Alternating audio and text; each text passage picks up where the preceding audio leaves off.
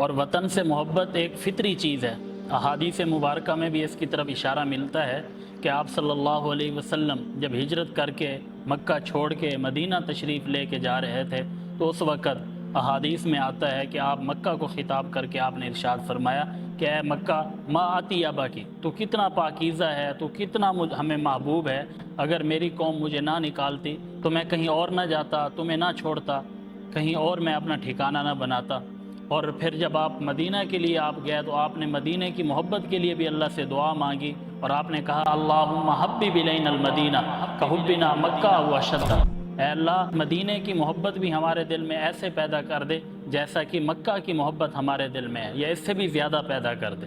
اور جب آپ کہیں سفر سے آتے اور مدینہ کی دیواریں اور آثار نظر آتے تو سواریوں کے ایڑ لگا دیتے، تیز کر دیتے، جس طرح کہ جلدی پہنچ جائیں، اور یہ ایک محبت